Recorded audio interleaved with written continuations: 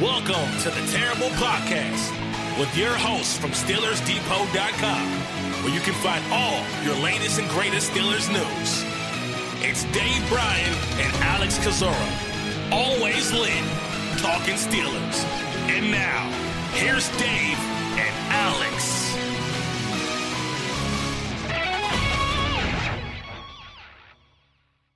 Welcome to Terror Podcast, Season 10, Episode 40. He's Dave Bryan. I'm Alex Kozora, SteelersDepot.com. Thanks for being with us on this Tuesday, Steelers Nation, as the Steelers get the victory 27-14 over the Miami Dolphins on Monday night, moved to 3-4 on the season. And it was probably far from a pretty win, but at this point in the season, Dave, in the fragile state this Pittsburgh club is in, I don't really care. Pretty, ugly, doesn't matter. Just get the victory, and this team did.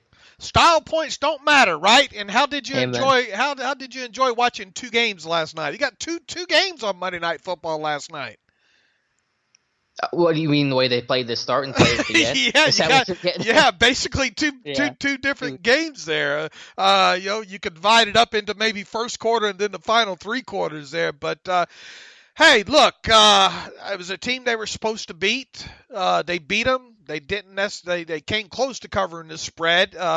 If you look at just the stats overall, and not of how the order of the score, you think, hey, they did what they were supposed to do. Now, obviously, if you did watch the game and you do look at the stat book and get into the advanced analytics, you see where there's quite a few things that need to be improved upon. But this fragile team is 3-4 right now. They are in second place, and now they have another, I consider, winnable game in Week 9 against the Colts, and they're right now in the middle of this kind of, or starting this crucial kind of 6-game run, if you will, with 3 of those games being against, 2 of them against Cleveland, 1 against the Cincinnati Bengals on the back end. But right now, Alex, I'm not disappointed where this team is right now. I mean, overall, I am after the start, but I think after all they've gone through right now, I'm happy with the condition of this fragile team. Right, for a team that's lost its franchise quarterback, its best player, 6 quarters into the season, that was on 3 quarterbacks in 6 weeks, the fact that we're still talking about how this team has a chance and a path and the opportunity to make the playoffs and get back into this thing, I think that's all you can really ask for. I mean, my whole mantra for the remainder of the season is just make the next game matter. If you lost to Miami last night, the Colts game wouldn't have mattered. Now you won, and now that game's relevant for yourself and for your season. So that's the mantra, is just make that next game matter. And so far this team has. Yeah, look, I mean, you're now 1 home win against the Colts from having a 500 record. Okay, and that's what Tomlin's preaching, be 4-4 at the turn. Right, and at the halfway point, looking at how the second half of this season sets up, it sets up favorable, for this team. But you do have to win the next game, and then then we'll look at this thing ahead of them hosting the Rams and see where they're at. But yeah, I mean, look, they still have a reason to. There's not much margin for error, but at least, like you said, we have reason to talk about a next game.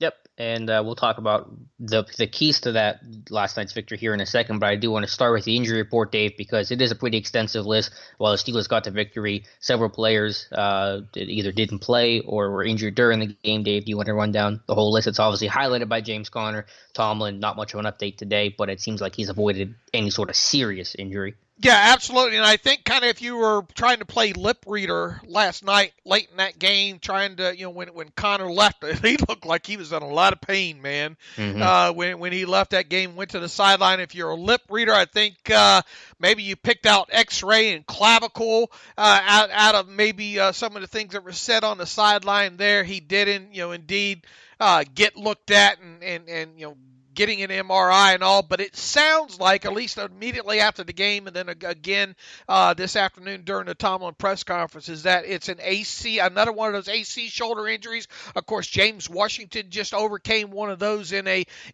after missing 1 week there. Tomlin said James Conner does have a shoulder injury. It's in the process of being evaluated right now as we speak, so I don't have a lot of information. One thing's for sure, it's going to limit him surely at the early portions of the week. James has played enough ball. I'm starting to get comfortable with him. Maybe it doesn't require a complete week of work in an effort for him to play like it does younger players. So we'll play it by ear. We'll check his availability on a day-to-day basis and let that be our guide in terms of availability. So questionable James Conner at the start of the week on a short week at that. And this is a James Conner that's gotten nicked up quite a bit this year.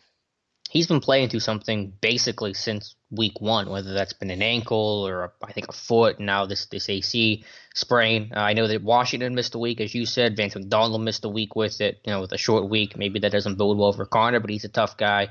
We'll see what happens. I think his status is still up in the air, but as you mentioned, the timeline was freaking out last night when everyone thought they saw clavicle, which the trainer may have said, but they might have just been checking that just to make sure they could rule that out. So we've avoided a long-term injury with James Conner, which is obviously really good news. Yeah, absolutely. And leaving the game last night in the first half, I didn't see where it happened. We'll have to go back and check. Ramon Foster left with a concussion. He's in concussion protocol. Mike Tomlin calls that a mystical place. Man, when they tell me he's back, he's back. Until then, we'll make other plans accordingly. He says he likes the work of B.J. Finney in the absence of Foster. And at first blush, I would agree with that as well too. We'll see what the All-22 says about Finney's play in the second half when that's finally released, hopefully later this afternoon.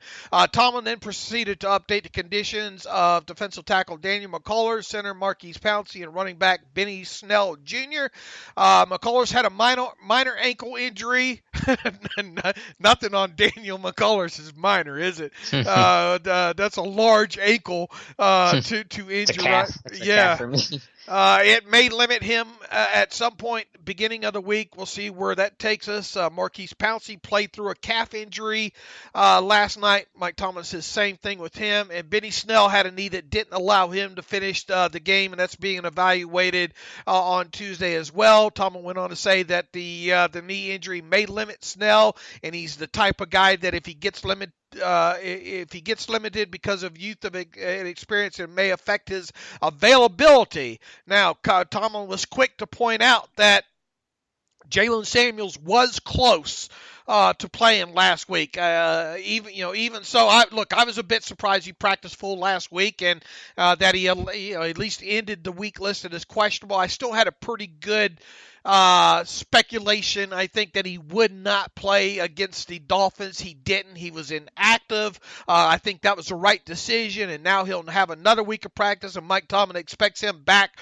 for the home game Sunday against the Indianapolis Colts, and right in time, too, with two running backs banged up. He went on to say that they have confidence in Trey Edmonds, who, by the way, got his first carry as a member of the Steelers late in that game against the Dolphins there. So I think the big thing here is with James Conner, limiting him throughout this week and see if you can get him ready for some level of participation in the Sunday game against the Colts.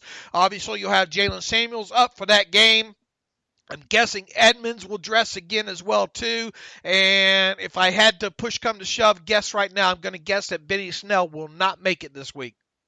That's where I'm at. You have Samuels. You have Edmonds. So all you need is just one of Snell or Conner to be active. I'm going to lean towards Conner right now just because, as Tomlin mentioned, being a veteran guy doesn't need the practice reps that a rookie like Snell needs. So if you have those three guys, Samuels, Edmonds, and one of Snell or Conner, then your business as usual. Now, maybe division of labor changes a bit. Samuels may get more work than Conner. They may limit some of the stuff and things like that. But you have your three backs, guys that are known to you. Samuels and Edmonds can play special teams. That'd be fine. So I think they'll be okay enough, all things considered, a running back for the Colts game. I didn't mention Ulysses Gilbert in there. I apologize. He crept up on the injury report late last week with a back injury, and he'll have to work through that this week, and we'll see if he's able to do that. Yeah, Tomlin called it back spasms, which I guess flared up late in the week. But, good to get Rosie Nix back, though, in terms of the guys that did play and guys that were healthy. Again, everybody that you predicted was going to play did play. James Washington, Steven Nelson, Rosie Nix, and those guys all made it out good. So, that was really good to have Roosevelt Nix back in the game. And Tomlin even said that after the game that it wasn't a coincidence that the Steelers' best rushing output of the season came at Rosie Nix's return. Yeah, but even so, the successful run rate wasn't there, Alex. Let me have this one. They ran for $158, average 5.5 yards per carry. I'm happy. Yeah, I mean, look, I'm not disappointed. I just think that the successful run rate with Nix in the game needs to be better. But they did get some explosive plays. That was the big thing. I don't know if there's a way to weight it, but you had some explosive, including James Conner's second carry of the game with Nick's lead blocking a 25-yard run. So I thought you got big plays, big chunks in the run game, and that was critical because his team's missed out on those this season. Right. Well, you had Benny Snell was I think the team leader, right, with 2 coming into this game, explosive runs. Mm-hmm. And Connor got one right out to shoot there, a 25-yard run at 10:55 mark of the first quarter there. But overall, I mean, look, and he had a 17-yard run in the third quarter. I think that was the one that he bounced out to the right side, right? Left Nix behind and bounced it to the outside for 17. But you had 8 runs that gained 3 yards or less. And overall, I think about a 28% run success rate on runs when Nix was in the game. So, yeah, look, I'm glad to see the explosive runs, but you just got to have more continuity in this thing when Nix is in the game. Runs of -1 and 2 and 0 and -1 and 1 and -1 aren't going to cut it.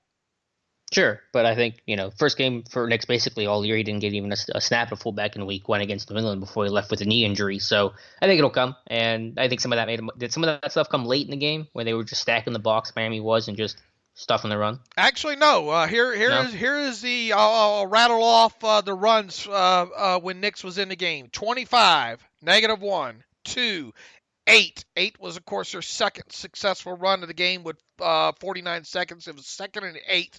That was a run off left tackle. There, I think wasn't that might have been the one of the first ones where DeCastro pulled. I'm not entirely sure. 4, 0, -1, 1, -1, 5, 17, and that happened with 13:04 in the third quarter, and then 3, 3, and 4. Okay. Yeah, I'll wait for the all-22 to come out. I just thought that they were able to run pretty consistently and pretty effectively, and they were able to get some of the big runs. So I thought early in the game they ran the ball because you couldn't throw the ball because there was just no success with the passing game, and then you were able to run the ball to control the clock and kind of wear out the defense at the end of that thing. So I thought start to finish they showed the ability to run the football, even if it wasn't quite as maybe consistent as the numbers might suggest. Here's something for you to chew on. Steelers had a 60% successful run rate without Nix on the field, and just a 29% successful run rate when Nix was on the field. Yeah, well, I know when you put the fullback in, you're going tight.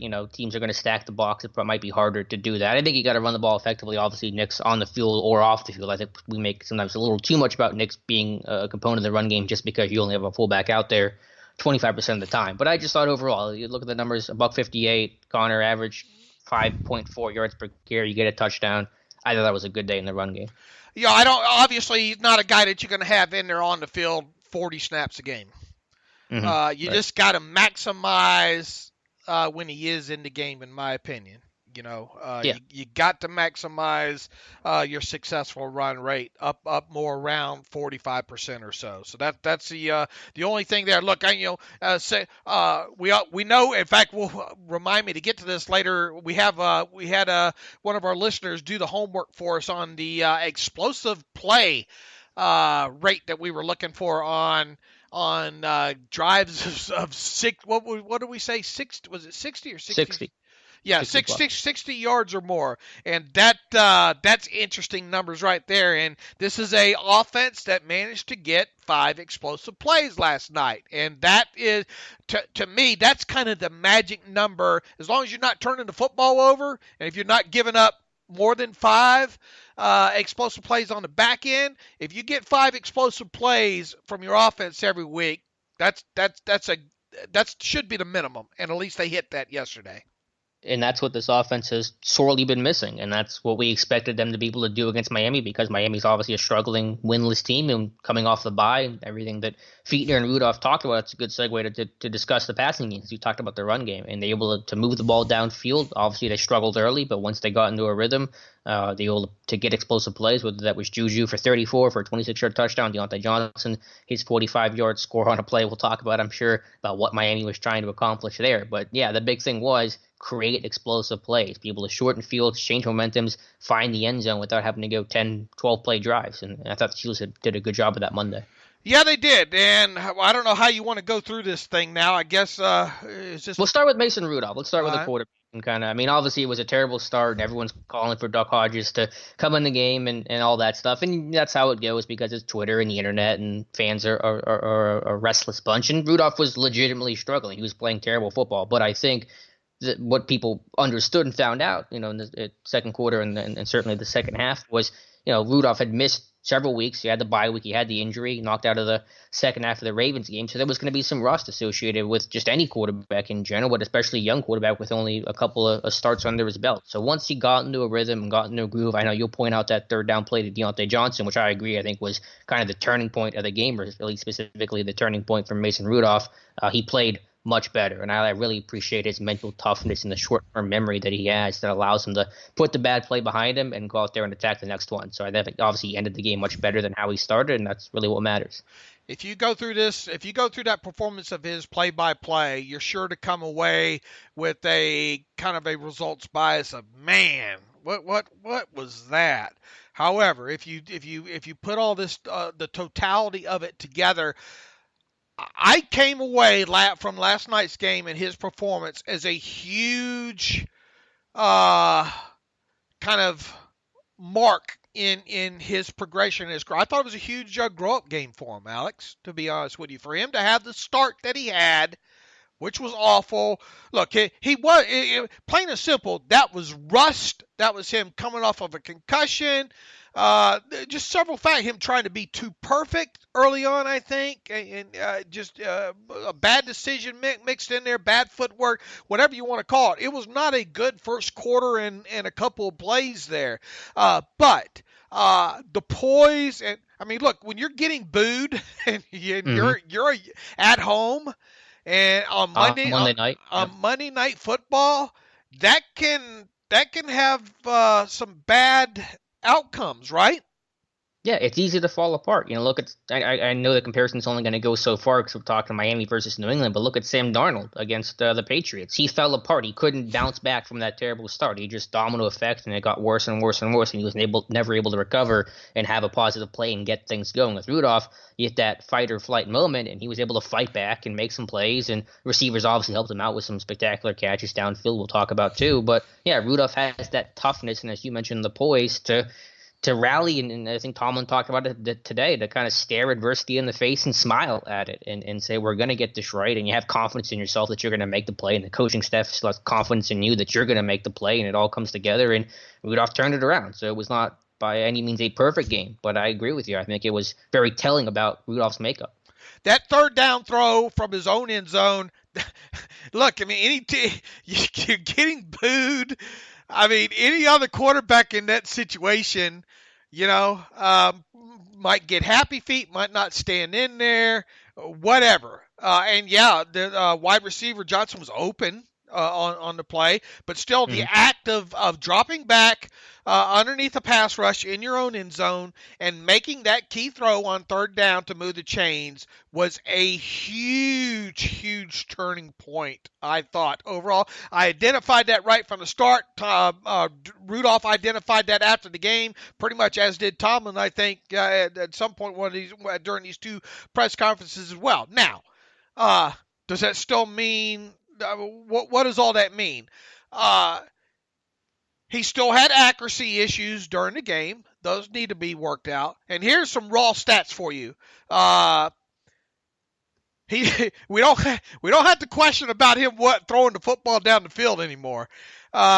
He had down the field more than 10 yards past the line of scrimmage 23 times in that game. Now, I'm not going to get on him for that being too much because I've been wanting the football thrown down the field more. So he did that.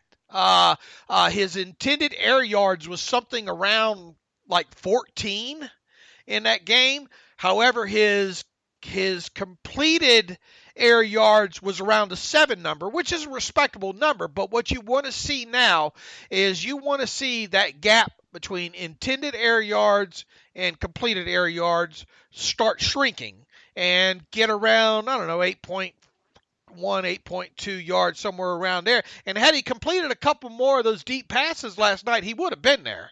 All right, but there was the accuracy. Look, the interception to Juju early in the game. That was just, man, I don't know what he was thinking. And people are trying to put that on Pouncey. The man had, what, five seconds to block in there? Yep. What do you want? And Tomlin hit on his footwork during the Tuesday press conference. Why he felt the need to step over to that side and then try to throw over the top of Pouncey right there. You're just asking for trouble, and obviously couldn't put anything on that throw. It was a very interceptable ball at that point. So obviously bad decision there. And what did I say on a couple of the previous shows? He's going to make mistakes still. He's not done throwing interceptions on the year. Unfortunately, you just hope that those just don't come where they're down in your own end and the opponent gets 7 points off of them, which ended up happening in this particular case there. The other throw that was kind of picked off that ruled out of bounds there down the left-hand side, was it the best choice of throws? Probably not, but it hit Mr. Lobster Claws right in the lobster claws, right? It did. Yeah, I mean, I think it's fair to criticize both Rudolph and Washington for that play. Rudolph for, I think, still throwing that lollipop and probably a poor decision and poor process, and Washington for not being physical enough at the catch point. I think you can have criticisms for both and be totally fair about it. Now, he did miss James Washington on a nice crosser over the middle. Boy, if he hits that, that was a fourth down play, I think. That was the 4th and 6, yeah. All right. I mean, what a huge turning point if you put that throw on the money there. That would have been. Additionally, another point in the game, a nice play design to get Vance McDonald open over to the left side. McDonald had to bail him out. And catch a low throw. That cost a lot of yards there. There was a throw each down the right side and down the left side of the field kind of in the second half when they were testing those new corners in the game. You put one of those two balls more on target. We're talking about a different story here. Now, the touchdown to Juju, I mean, I don't know what you want. I mean, you've got to trust. If Ben Roethlisberger makes that throw, are we even talking about that throw? Well, I'm talking about it in a positive way. I don't know exactly what you're I think people are trying to frame that thing as, he got bailed out. The people who are on Rudolph want to discount that throw.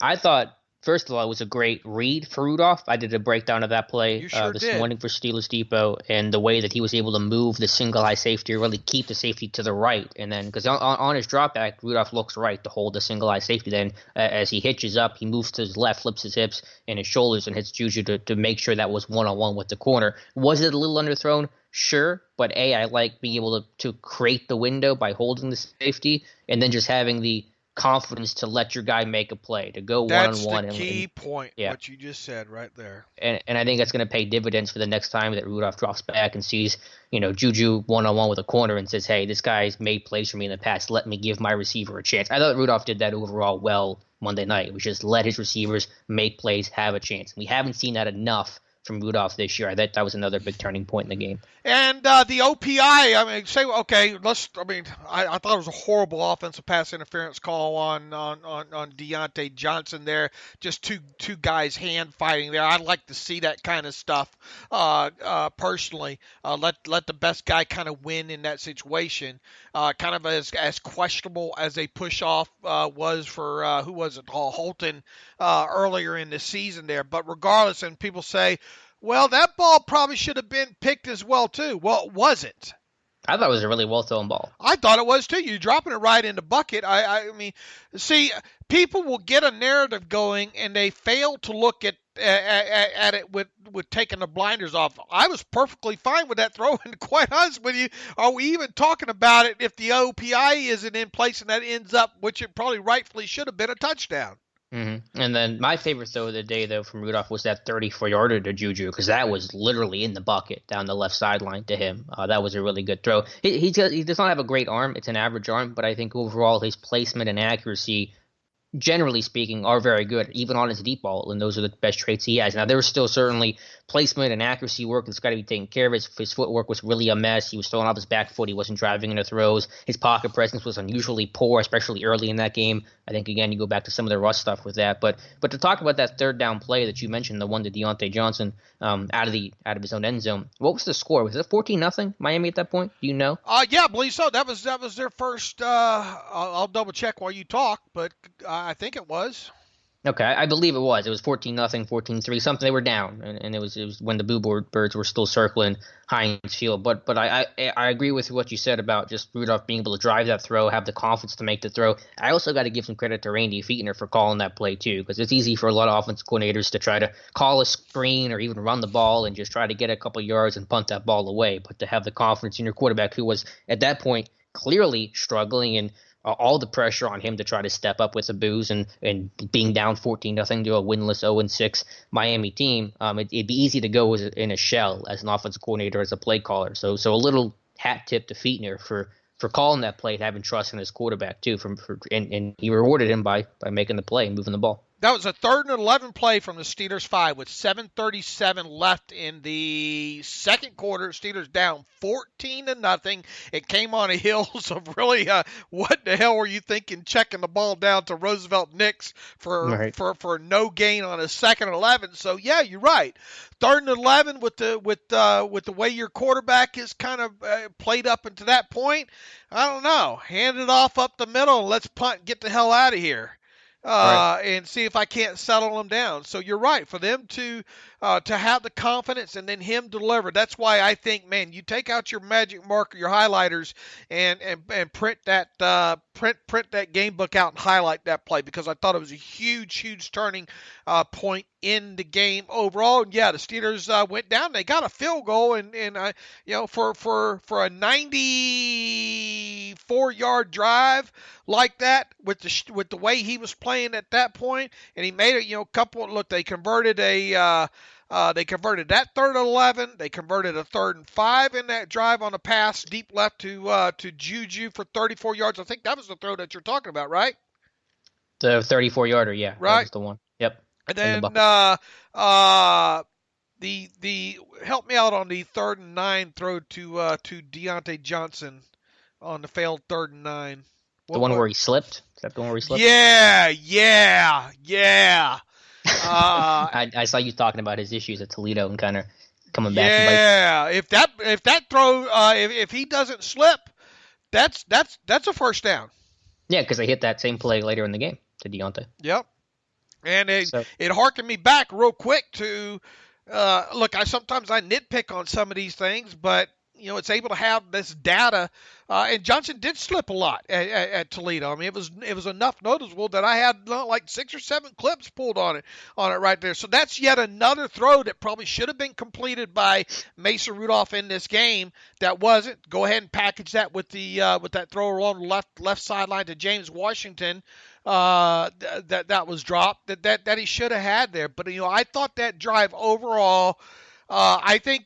Well, look, we don't know how this thing is going to turn out with Mason Rudolph overall, but if it turns out being positive many years down the line, then let's make it a point to remember that particular drive of this particular game. I agree. Someone asked me today in an interview, and they said, how would you evaluate Rudolph? Is it fair to evaluate basically what he is and what he could be? And I said, no, I want to wait. We can talk about the good and the bad, and that's all well and good, but I want to wait till the end of the season and get the whole totality of the year, because our assessment now could easily and probably will change positively or negatively a month from now. But I thought what he did on Monday was a big test, and he passed it by struggling early, by all the factors you talked about, being a team that needed the win against a winless Miami team with the boos and him struggling and being rusty, and it's easy to go into a shell and just fall apart. But he pulled himself together, made some big plays, offense moved, you come out with a victory. He passed the test on Monday night, and that's a real good thing in his favor. And I think we've made it a point several times since Ben went down to say, look, you can't judge this on a throw-by-throw, game-by-game basis with him. It's a trap, as they would say. You just can't do that. And regardless of what would have happened last night, the best thing they did was leave him in that game. The single best thing that they did was leave him in that game. The totality of this thing, if you want to look at this thing from a totality, and I haven't even checked Pro Football Focus yet and the grades and all like that. I'm guessing he didn't grade out overly well for this game, and he shouldn't. But I think the positives that you saw in that game last night, especially from that 3rd and 11 throw on, you has to have you excited about the overall play in that game. Even though if you were to dissect it, the totality of it by play, you probably have your nose wrinkled up.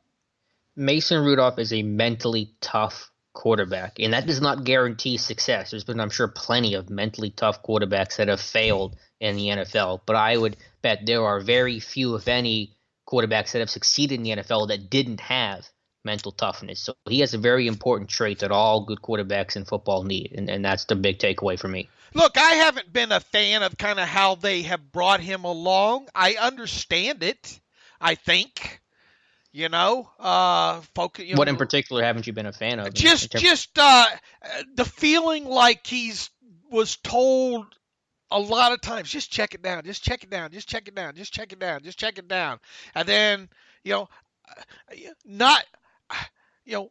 protecting him from the defenses, so to speak. I had to want to see him push the ball and him pull the trigger on a couple of those throws, and probably should have. And the coaching staff, has kind of said the same thing. Now, were they doing that on purpose? To maybe, baby step, and then here they are in this game, and they pretty much told us. Randy told us the other day they're going to turn him loose down the field. They did, but it also goes into making sure because look, there were times last night where he probably should have checked it down, right? Yeah, I'm sure. I'll have to wait for the all 22. There's been points in the past where, you could say that. I think that the team. Well, I said this a week ago, was that I thought coming out of the bye, we had a chance to reset because you'd gone through the quarterback Rolodex this season, and it's been such chaos. You never really had a chance to tailor the offense to what works well for Rudolph and what he can do that complements the scheme well. So I was really hoping out of the Dolphins game you would really get the first true sense of what Randy Fichtner wants Mason Rudolph to do in the structure of this offense. And so now I think you kind of this is where you start the evaluation of both Fichtner and Rudolph when you have that chance to reset. He's healthy and he's back in the lineup. So I think starting from this game on, it's going to be more important to see how the offense works and how Fichtner works it as opposed to the first couple weeks because it was such chaos for the first 6 weeks of the season. Yeah, I definitely think right now you can draw kind of a line in the sand right now with him. We've seen him do enough of the things, or attempt to do the things that we expect an NFL quarterback to do. Throwing for the chains on 3rd down. Woohoo! Yeah, I'm a huge fan of that. As well, and him making more throws towards the middle of the field. Him throwing the ball down the field a little bit more, pushing it for a lot further down the field, actually, in certain situations. And now, we've seen a lot of the things that we kind of look for in quarterbacks to do, and him obviously not master the full gamut of it. Now, let's see from the Colts game on to the remainder of the season, what if he can kind of put all this together, Absolutely, I agree, and I thought have a complete game. Sure. The two takeaways for me is he showed his mental toughness and he trusted his guys to make plays, and those were two very critical traits we needed to see, and I think we saw. To turn to the receivers now, because you talk about that element of it too. I thought they all played well. Whether you're talking Juju Smith-Schuster with his first 100-yard receiving game of the year, the first 100-yard receiving game by any Steelers receiver of the season, Deontay Johnson with the big 45-yard touchdown before halftime, which was an absolutely massive play for this offense to have momentum and a good positive feeling heading into the break. And then James Washington, while he only had one catch on the afternoon, what he did as a blocker felt like Hines Ward out there. So I thought just across the board, the receivers really kind of stepped up too. And the way that you saw growth from a guy like Mason Rudolph, I think in this game you saw growth from somebody like Deontay Johnson. You saw growth from somebody like James Washington. So it's a positive signs for those guys as well. You know, Randy Fichtner said a couple of weeks ago, not last Thursday, I don't think, but Thursday, about, you need your playmakers to make plays. Mm-hmm. And I think you saw that in that game against the Dolphins there. And, say what, and here's another thing, we could package it kind of all together here with the wide receivers and Rudolph. Was it a stupid call to go zero coverage in that situation? You damn right it was, especially when your quarterbacks don't even know, and you're playing. It's almost like they were, like you would almost kind of, and not even, treat a end of game situation. Just keep them in front of you, boys, and we'll go to the locker room here.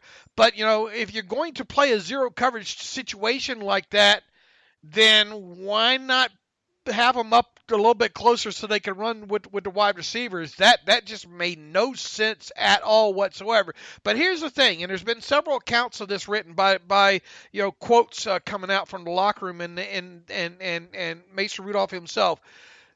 Props to Mason for recognizing that they saw that on film. A, right? Mm-hmm.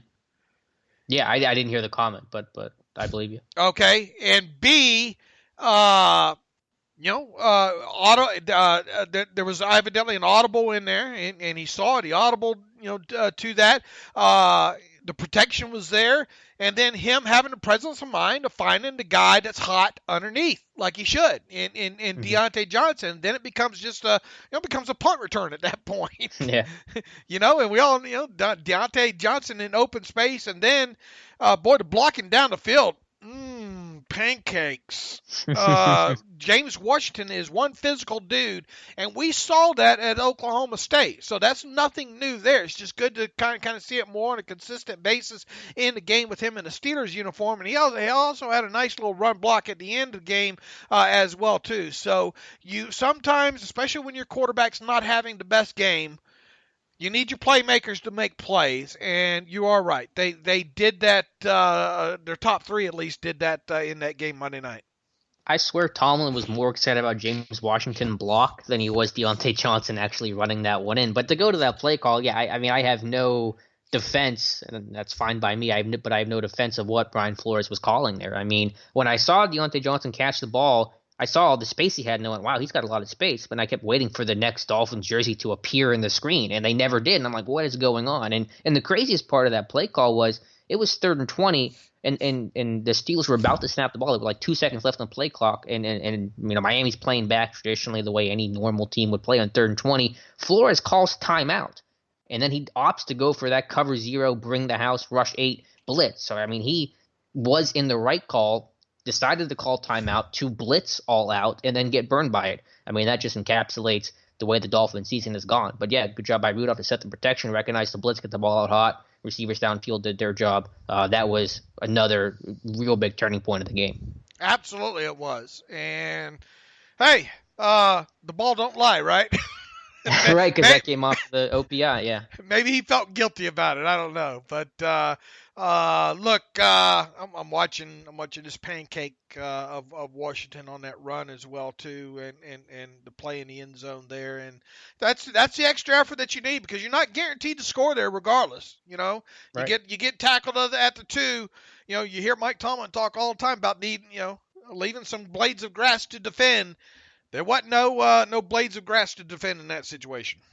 And I posted a clip on Twitter of Washington's 2 pancake blocks, but I didn't realize this till Twitter told me it's the same guy in both clips, Nick Needham. The Washington pancaked on both the Johnson touchdown and James Conner touchdown. So Nick Needham had something about, I don't know, maybe Washington hates UTEP or something. That's some sort of Texas rivalry that I'm not, Oklahoma-Texas rivalry I'm not aware of. He wasn't welcome at the club, was he?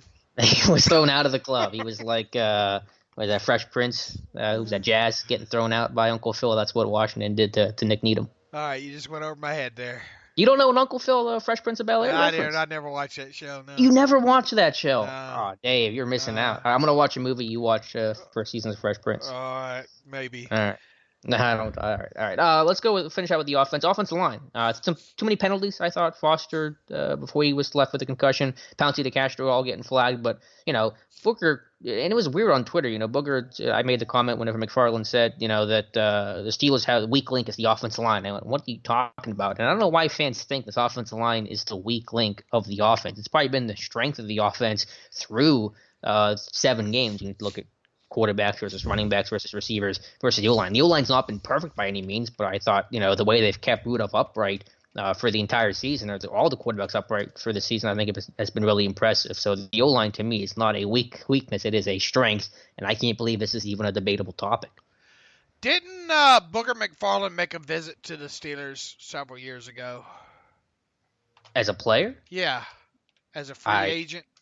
Don't believe so, but I could be wrong because that would have been. He's been out of the game for a while now, hasn't he? I thought he made a free agent visit back in like 2008 or something. Okay. He came in for a visit, and obviously he probably got one of those. I think it was a free agent visit around March, about end of March. They wanted to bring him in as kind of a backup and all, and he left town. And I think he made some sort of comment that they only offer you the minimum there and all. I don't think he was happy with Kevin Colbert throwing out one of those minimum benefit contracts or whatnot. It just I go backwards in all this for the sheer fact that, man, it sure seemed like Booger had a bone to pick with the Steelers last night. The criticism in certain areas I thought was unwarranted by him. You saw what he said about Cam Hayward not being a guy that gets a bunch of sacks. Hayward even took issue with it on Instagram and Twitter. Yeah, I'm not here to talk about Booger because everyone kind of knows he's not doing a good job, but I want to just talk about the broader point about the O-line that they're playing well. They're giving up 7 sacks in 7 games. I mean, it's remarkably a good job. Yeah, and look, I think for the mostly on a game-by-game basis, I think he does all right, Booger. But, I mean, to me, it just seemed not very objective last night when it came to the Steelers side of things. And all. Right, fair. Well, how do you think the O-line did to bring it back to Pittsburgh in last night? I could do without the penalties. Sure. But beyond that. And I don't think Pouncey had his best game. I don't know how that calf hindered him during the contest. I didn't think he had his best game, but other than that, look, I mean, I was hoping to see a little bit more of DeCastro pulling right to left. I thought they had some good success when they did that. Me, I'd run the counter 40 times a game. Mm-hmm. A seal here, a seal here. But overall, I thought it was fine, Alex. Yeah, no, I mean, I get they're a better pass protecting team than a run blocking team. Villanueva's even admitted as much. That's the makeup of the group, but they're still a top unit to me. The consistency, the cohesion that they show together. And again, 7 sacks in 7 games, and the 1 sack on Rudolph wasn't even the line's fault. That was Rudolph for sliding in the pressure. So I'm not going to put that on the offensive line when I do my sack breakdown. So overall, I'm happy with their play. Yeah, I mean, look, we're not talking about Filer. Geez, we're talking about undrafted, an undrafted free agent that, I mean, we're not even talking about him. They know how to fight these guys. I mean, how many undrafted guys have been part of this line? Whether you're talking about Foster, who's obviously part of it now, B.J. Finney, who stepped in for Foster, Matt Filer, Chris Albert, Alejandro Villanueva, Calvin Beachum with a 7th-round pick. I mean, the list goes on, and Zach Banner, who's now apparently the #1 fan favorite in Pittsburgh, who was a draft pick, a 4th-round guy, but was out of football when the Steelers found him, and now he's playing legitimately good snaps for the Steelers right now, and everyone loves this guy. So the line's been strong top to bottom. What did you think way back when they, I think that was, wasn't it towards the middle of training camp or the tail end of training camp? When like August 10th-ish, yeah. When they signed him, what did you think originally when they signed Zach Banner off the street? Aside from, oh my God, this guy's a mountain, I just thought he'd be in and out. He'd be gone by the end of camp. I'm just being honest. I mean, the guy has restructured his whole, body, he's a totally different player. It's like he found the love of football as well, too, Well, there was an article from Teresa Barley on Steelers.com that led with that Banner really fell in love with the game again, and I think being in Pittsburgh and having the success and the structure was a big part of that. But you're right. In 2017, Zach Banner weighed 420 pounds. He's down to about 340 right now. So he's put in the work to transform his body, and Tomlin talked about that in today's press conference about his conditioning, his readiness has been the catalyst for why he's in the position that he's in right now. So hats off to Banner for putting in the work. But yeah, he's got a structure in place in Pittsburgh now. He's got good coaching and opportunity, and the guy's playing well and having a lot of fun too. So I mean, what's not to like? Yeah, Hulk has become a cult hero. Yeah, I was bummed out they couldn't do the victory kneel down. I wanted to see Banner get low at the end of that one, but maybe next week. All right, actually, next week he'll have a revenge game because he's playing the Colts, and they cut him. They drafted him and cut him back in, was that 2016, 2017? So maybe a little personal for Zach Banner. There you go. What else about the offense here? Tight end is not overly active, except maybe in the run game. McDonald had a nice bailout, as we mentioned earlier, of a low Rudolph pass there. I think Vanette had, what do you have, one catch in that game? What else? Yeah, that was about it for the offense. I just thought overall they dominate time of possession. They won the line of scrimmage. Obviously, once Rudolph settled in, the whole offense went, and then continued to play well on third down. The last 2 weeks on third down, they're 58%. 8 of 13 against the Chargers, 6 of 13 against Miami, and they were about 28% the first 5 games of the year. So they were able to win possession downs. They're able to keep drives going. They're winning the time of possession battle. They were 35 minutes against LA. They were 34 minutes against Miami. All of those things come off of being able to stay in drives and move the chains on third down. So when you do that, you're going to keep drives alive. You're going to put up points. You're going to control the clock. You're going to keep the defense off the field, let them be rested. It all works together. All right, what's your response to someone that says, okay, that was the Dolphins, Alex? I mean, they should have done this. Well, I mean, I say that it was the Steelers who were 2-4, and they weren't playing great either. And yeah, you expected to beat Miami, but it's the NFL, and Miami's played close competitive games. And I said all week that I thought this was going to be a close game, and Miami gave me concerns, and you saw why I was worried about Miami. After the first quarter of that one. So for Pittsburgh, they're not some undefeated team that's just trouncing opponents every single week. They're with a backup quarterback with a lot of injuries, a lot of issues, and I don't really care what anyone else says. My focus was in just win that game, win the next one, make that next game matter, and that's what this team's doing. Let's face it, though, some self-inflicted wounds in there, though, played a part in that, letting them get that lead and all. Sure, I mean, yeah, Rudolph had a terrible throw in the pick. The penalties, they got behind the sticks a lot on first down in the first half of that one. So yeah, I mean, the Steelers beat themselves, but they also found the resolve to bounce back, and that's what teams that are decent do. If you're a bad team, you fold in that moment. The Steelers aren't a bad team; they did not fold. All right, let's flip over to the other side. Again, goes back to just being opportunistic. 19 takeaways in this season. They had 15 takeaways last year. I know I've harped on that so much, but they're going to hit your number, Alex. They're going to destroy the number. It's exceeded my wildest expectations. I figured there's no way they can only have 15 takeaways again. When you add a new talent and you have such an emphasis on a focus on taking the football away, but this defense is playing at a level that I couldn't even imagine. So hats off to them. That was a huge difference. The Minka pick and that one that helped make it 14-10 for halftime. Granted, that came off kind of a drop, but still opportunistic with the ball in the air. That's making a world of difference. I mentioned that on Twitter last night. People still need some. They might be behind or missed a show or missed a post or whatnot. Refresh everybody on what the number that we're talking about there is, and the significance of it. Yeah, the study I did in the offseason was just, what were the minimum number of takeaways needed for a Super Bowl winning team? And granted, we're not really talking Super Bowl right now, but 17 of the last 18 Super Bowl champs had at least 25 takeaways during the regular season. And so what is the threshold for this defense? That was the number I wanted to put it at. The goal for the defense this year was to create at least 25 takeaways. They're well on their way to do that. Minka Fitzpatrick with 3 interceptions this year. I cannot wait for his next interception. He'll be the first Steeler to have 4 interceptions in a season since Troy in 2010. That is the longest drought in NFL history.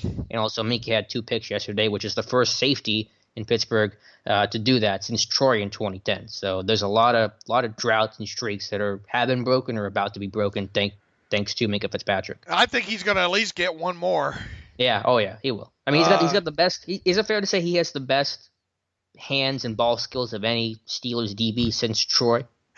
Yeah, and I think his teammates know that because one of those balls was just still in the air, and Devin Bush had his hands raised.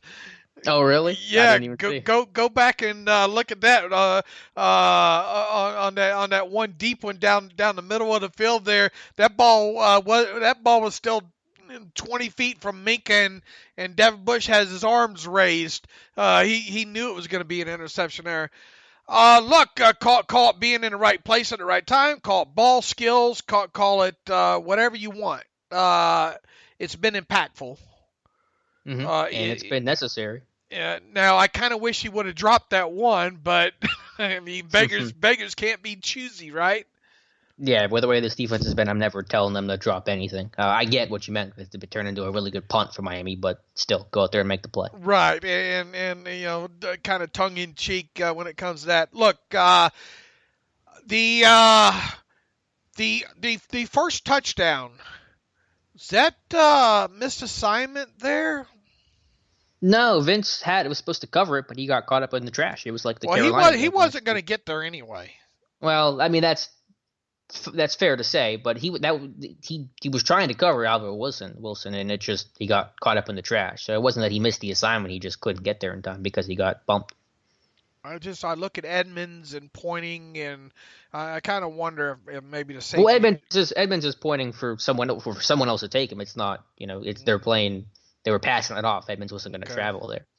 Well, they weren't going to get there anyway on that one, I don't think, with Vince. And we've kind of seen similar play call. I think if you go back to really the last year against Carolina, right? In the color rush game, didn't Carolina run something similar to that? Yeah, I posted the clip right as it happened. Yeah, to McCaffrey. Now it was from like 20 yards out, but it was the same idea. Just a leverage play, get a pick, and leverage the flat for the score. That's something you need to be cognizant about inside the red zone, I think. Well, really anywhere on the field, but especially teams looking for a score inside your own 20 and all like that, because it's happened. I came away with that thinking, man, Vince wasn't going to get there regardless. Yeah, it had been a tough play, but it was also a nice design by Miami. But the defense did not start well. I mean, no aspect of this team started the game well, but they came together. You get the offense in a rhythm. Defense makes an opportunistic play, and that gets you back into the game. We saw not only another missed tackle by Bush, but by 3 or 4 of his other teammates, too, on the second touchdown. That was discouraging to see right out of the chute there. However, this unit did settle down, and it settled down nicely. Really, about the time the offense started get going, we saw the defense kind of do the same there too. So once again, you had Tomlin talking a couple weeks ago about both sides of the football kind of playing complementary football. They finally started doing that, I think, in the second quarter. Alex, this defense did not give up an explosive play in this game, even though it felt like they did. Yeah, I didn't realize that. They also didn't give up a point after the 14 in the first quarter. So yeah, the defense played well, 4 sacks. Once they were able to get a lead and get things back on their side, be able to pin their ears back, and TJ Watt just went to work on Jesse Davis. Cam Hayward gets the sack. Dupree had some pressure. They played like the Steelers defense that we're used to this year, at least in those second, third, and fourth quarters. They just got off to that really rocky start. All right, if I took my shoes off and did my math right, the Steelers posted an adjusted net yards per passing attempt defensive stat Monday night of 3.16. It sure didn't feel like it was going to be that low at the start of that game. And now, with through week 8 of the season, the Steelers' defensive adjusted net yards per passing attempt number is 5.26, the 5th best in the NFL through week 8. Alex, this is the best. Look at who they play. Blah blah blah. This is the best I think we've felt about this defense since insert the year. 2010, probably. Yeah, it's been good. And again, the case to having a good defense in the NFL, because it's so hard to stop teams from moving the football. They're going to get some chunk plays. It's just the way the league is set up today. But the keys for a defense is pass rush, turnovers, red zone defense, and the Steelers succeed in all 3 of those areas, and that's really important. If you're not giving up explosive plays, you're going to be in a lot of ball games. Yeah, I'm not sure what are the numbers for the year in explosive plays allowed for Pittsburgh? What are they ranking at? I'll have to And look here. I can look it up. How do you want me to define that as in 20 plus Yeah, runner yeah, pass? yeah. 20 plus runner pass. Now some will say 10-yard runs or explosive plays, Yeah. but yeah, I don't view them as quite as what's the word imperative or hugely needed Impactful. Yeah. impactful. That's the word I'm looking for. Thank you. All right, let me look it up here. I think they're probably average. I forget where I saw them last. Let's see. The Steelers have given up 23 plays of 20 plus yards run or pass, and that is 1, 2, 3, 4, 5, 6, seventh best in the NFL. So you're right. They have not given up the big play this year. Right. So that's huge, and I guess we can kind of we talked about. I guess it's and shout out to who is it? Shane Glass, was it? Mm-hmm. That did the research in that in that last podcast we talked about well, I pull up this post, provide the parameters. Well, it's what we talked about on Friday's show, where you were posing the question of how many drives that are 60-plus yards include an explosive play. And I thought it was maybe a little bit lower. You thought it was a little bit higher. I think the numbers proved you right on this one. And that, Wait, what? I had a bad connection. I didn't hear what you said. But I think that the numbers showed, and you can get the specifics, but that most drives with 60-plus yards involve at least one explosive play. Yeah, and shout out to Shane Glass, Boink of Science on Twitter. We pulled and props to the people over at NFL Scraper as well too. They have the play-by-play data there. It just needed to be drilled down. Shane did that for us. So we talk about the importance of it. Let's see. To date, the Steelers' offense has heading into last night's game had registered just and really we got on this just from the point of talking first about how the Steelers' offense needed explosive plays. Right. And as we mentioned, they got 5 of them in that game Monday night there. But so far this season, the Steelers have, and this is ahead of Monday night's game, had 7 touchdown drives of 60 yards or longer, and 6 of those, 85.7 of them, included at least one explosive play of 20 yards or longer. Now, as a means of comparison, the Patriots have had 15 touchdown drives of 60, and this once again was entering the weekend, I think. Had 15 touchdown drives of 60 yards or longer this season, and 13 of those, 86.7 of them, include at least one explosive play of 20 yards or longer. And that's only 2 of the 32 NFL teams, of course. Now, his research shows, and he went all the way back to 2009, so props to him. And you want to talk about a large selection of data to give you a kind of confirm what's going on. According to Glass's research, 75.6% of the 398 total touchdown drives that span 60 yards or longer so far this season included an explosive play of 20 yards or longer, and Glass also looked back at the previous 10 seasons, and the lowest percentage for a single season, Alex, was 72.9% in 2013, and the highest percentage followed the year after that at 76.0% the very next season. So the average of the data to date going back to 2009 is 74.5%. And probably people are saying, well, yeah, duh.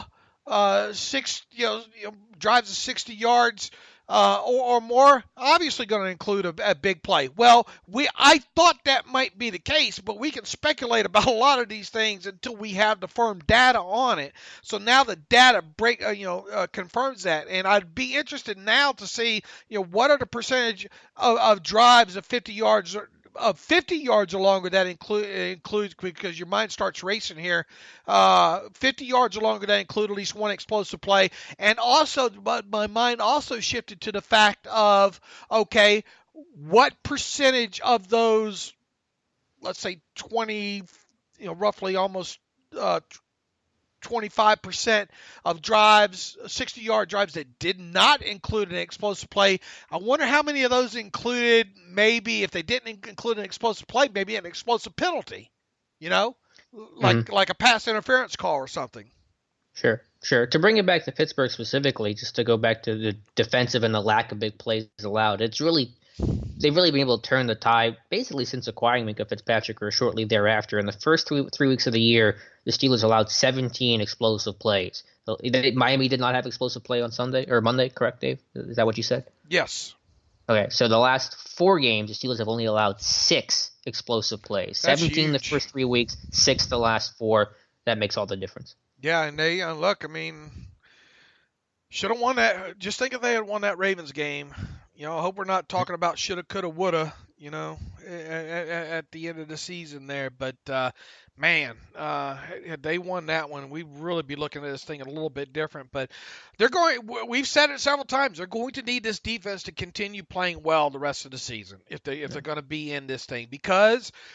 There have been the bright spots on the offense. There's going to be times where we're kind of probably scratching our head coming out of games there. But when you look at this thing, starting, I don't know, I haven't looked a ton at the Colts, but I did watch the game, a couple of their most recent games here.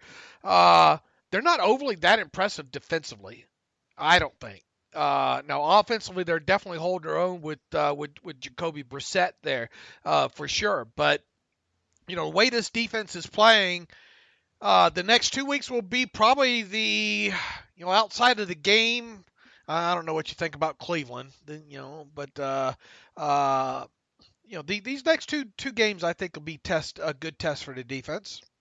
We both agree the Steelers are certainly capable of playing at this level defensively. I mean, they've done it for 7 games now. I mean, you have a good enough sample size and that you see the talent out there. This defense will be the strength and certainly can be the strength of this team going forward. I think the only concern right now is, man, got to do a little bit better job when your offense puts you in a crappy situation of holding to a field goal, maybe. Mm-hmm. Yeah, the red zone defense hasn't been as strong as it began for the year. I'd have to look at the numbers. So that is, I think Miami was 2-2 yesterday. So that's one area. But overall, I think the concern I have is just depth with the defensive line and the outside linebackers and just how that might hurt this team both late in games and late in season. But overall, I thought they did a nice job of compensating. Without Stephon Tuitt, got Hargrave more snaps. Isaiah Buggs getting his first NFL snaps. Obviously, Tyson Alulu still was your base end to start this thing. And then they ran their little rover package where they had a 1-5-5 with just Cam Hayward on the field as a defensive lineman playing nose tackle with 3 inside linebackers on the field, Vince, Bush, and Mark Barron. And I thought that package worked well and got a lot of pressure. And they talked about how they probably going to have to be creative, right? And that's one of the ways. In that aspect of it now. So much for Ola getting some playing time, huh? Yeah, what was his snap count? 4. And Elliott, I think, had 1? 2. Well, yeah. Again, that is the concern, though, because Dupree and Watt basically played 100% of the snaps, right? Because they never came off.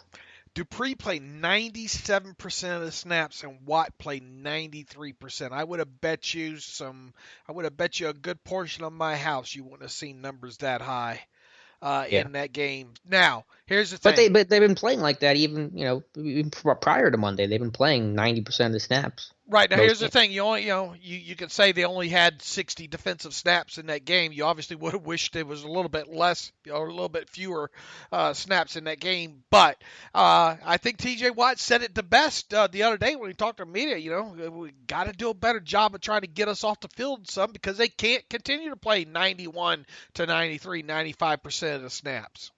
Right. That's why I said depth is my biggest concern because they clearly don't have the trust in Ola that they even had in Chicolo, and Elliott, is obviously not someone that you want to play a whole lot. So obviously those are your best guys, and you're concerned about the drop off in talent when you go from Watt to Ola or Dupree to Elliott or either one because they both Ola and Elliott can play either side. But how does that hurt you in the middle of a game, late in the game, and then more importantly, how does that hurt you late in the season on a short week for this week, for example?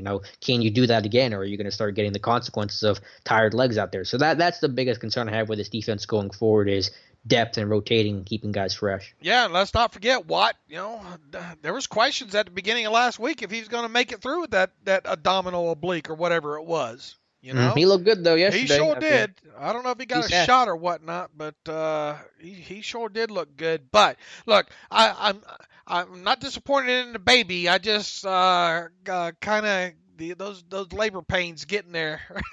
What were the snap counts for McCullers and Bugs? I know they were low. 3 for McCullers. Bugs had 13. Some of that came late. Yeah. Which is good. Tyson Alulu 23, Hargrave 33. I envision Hargrave playing a little bit more than 55% of the snaps. What did Hayward do? Hayward had 51, 85%. Yeah. Again, the rotation's going to be tough. At least they're finding ways creatively to maybe rotate some guys defensively. Outside linebacker might be a different story. A little harder to be creative with that group. And Tomlin said he wasn't thrilled with the depth. So yeah, maybe they do some stuff where they run this, 2 down linemen with 3 linebackers or 4 linebackers, I guess it would be, but to have 3 inside linebackers on the field and take an outside linebacker off that way, and they have Vince Williams playing a little bit outside linebacker. That's maybe one way to keep your best guys on the field with giving the guys a breather too, especially in pass rush situations. Yeah, well, that's really mainly if they played the rover package were in obvious pass situations. But yeah, maybe they tweak their nickel defense where they have because they like the depth at inside linebacker. See what you feel about Mark Barron. They like the guy. They have the green dot on him. They want to play him. I don't know if that's the right decision, but that's the decision they're making. So maybe you have Vince Williams kind of work as a de facto outside linebacker in some sub package situations to give Dupree or Watt a breather. All right, overall, the secondary not bad. I mean, Joe Hayden, there was a point there in the first half where Preston Williams was eating them up. I think kind of mostly gets off coverage, wasn't it? Yeah, they were doing a lot of in-breaking concepts, a lot of slants, a lot of digs. I mean, if you have outside leverage as a corner, that's tough to do. Williams is a big body. I mean, I wanted to see Hayden play better. I mean, he did not play well last night, but he tackled the catch. At least there were no real big yak opportunities for Williams, so at least there was that element of it. Right, and obviously Minka played good. I mean, I didn't focus in a lot on Edmonds or hey, Mike Hilton, man, that guy is not afraid to attack that football, is he? That's really one of the most underrated plays of this game. What was the score at that point? I'm asking you a lot here. That was a huge kind of turning point in this game because it looked like when did that happen? It was second half, late third quarter. Nah, I can't. Maybe fourth quarter. I can't quite remember. But I think it was a one possession game. I believe Pittsburgh was ahead, but it was still a close game, and the Dolphins were driving. They were in Steelers territory. Yeah, it was 1st and 10 at the 50 with 9:18 left in the fourth quarter. The Steelers had a 20-14 lead at the time, right? Is that what it was? Or was it 24 to 14 lead? Yeah, I think that's right. But still close. And I mean, look, it was a big play. It was a play that was gaining some yardage on a 1st and 10 that put them into probably at least close to being in field goal range. And Mike Hilton goes and rips the ball out from Mark Walton and Steve and look, Hilton had to come a long way on that play too, or seemingly long way. On that play, and then Steven Nelson there for the recovery and all. So yeah, look, it's just one other thing that Mike Hilton does. He's good against the run, and he attacks the football down the field as well too. And good on him on getting that football out. He's like another linebacker out there. He really is. I mean, that's what lets them play nickel against 2 tight ends, which they did again against Miami, because they know that that Hilton in that nickel spot's going to be able to get in there and bang around like a big linebacker. I mean, he is pound for pound the most physical, and I'd argue the toughest player on this team. Okay, what else do we have defensively for this team from last night? Again, 4 sacks. Watt had 2, Hayward had 1, and Dupree had 1. He's up to, that was I think at the no game, but it still goes down as a sack. So I think he's up to 4 sacks on the season. TJ Watt over the last 2 years ranked 7th in the NFL in sacks, with some really good company with guys like Danielle Hunter and Myles Garrett and Aaron Donald and J.J. Watt. So I mean, TJ Watt has for me become an elite player, and I don't know if it'll happen this year because I haven't looked at the landscape of it, but he's a guy with the talent to be an eventual Defensive Player of the Year candidate. Boy, he's on fire right now. How many forced fumbles does he have since coming into the league? Oh my goodness, I'll pull it up here, but there's a lot. I mean, he had a ton of them last year. Did he have 1 yesterday? I don't know if they called. Yeah, he ripped that one out, didn't he? I couldn't remember if they ruled out a forced fumble or not. Yeah, he had 2 yesterday. So he's got 3 on the season, I think. Mm-hmm. He's got 10 in his career. I mean, that's some crazy stuff. That is incredible there. And for the EC, let's check in on Alex's 60 sack projection. They're at 24 right now, right? That sounds about right. They're a little light. Yeah, I'll admit they're probably not going to get to 60. What are they on pace to do? I don't know. They like to get. They'll have a game or two, but they're probably going to have 8 or 9 in a game. Right. It was that Chargers game where they got a ton of pressure, but only had that one sack. 24, 3.4 for the season. They were on pace for 54, 55. So yeah, still realm of possibility. Still going to finish top 3 in the league probably. Yeah, still time and still some bad teams on the schedule as well too. So I'm not going to give up hope on you on you just yet. Look, the key thing is they're getting pressure. Consistent pressure, and boy, they hit Fitzpatrick a couple times in that game early on too, and I think that made a little bit of a difference, made him want to get rid of the football a little bit quicker on a few plays, on top of it there. So like the way the defense is playing, I think look, there's an opportunity for this number to get lower of theirs, and if it continues to get lower, they're going to be in ball games. Talking about the adjusted net yards per passing attempt, and offensively, it's not going up quickly. But at least the offensive number is closing in on 6. And, I think from an offensive standpoint, you need to at least be at 6. That's kind of the low acceptable rate as far as adjusted net yards per passing attempt. Now, obviously, sacks are part of that number, and the Steelers aren't giving that up. So, and there are not a lot of interceptions, so you just need a little bit more passing yardage. And as I mentioned, if Rudolph can start closing the gap in between now his average attended yards, air yards, and his average completed yards, that'll make a world of difference. Give me 1 or 2 more explosive plays down the field a game, and we're there. I'm with you. And the good news is defensively they're trending in the right direction, offensively they're trending in the right direction, and that's where you want to be this time of year.